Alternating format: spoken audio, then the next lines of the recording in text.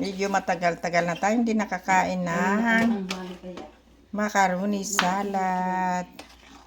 Last na kain natin ay nung December, Pasko pa yata or what. Ngayon, March na. Mag-April na. Ayan. So, gumawa ng macaroni salad. Yan. Diba? Yummy, yummy. Halika na. Si Boy ayaw niya pag hindi pa. Ay, mas gusto niya pag hindi pa nilagay sa rep. Kainin.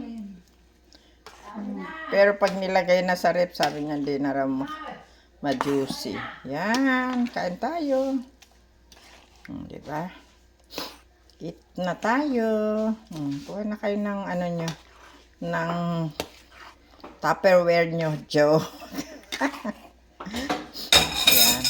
Kuha na ng Tupperware. Tara, kain na tayo. Kain nga. Taste kung tama lang ang lasa. Matabang. Matabang? Ilang ano ba nilagay mo? Kulang sa mayonnaise. Yummy. Pero okay na rin. Sarap na. Ang gusto nyo magdagdag. Sarap. Okay na. Kasi matagal na tayo hindi nakakain eh. Kaya sarap. Yum yum.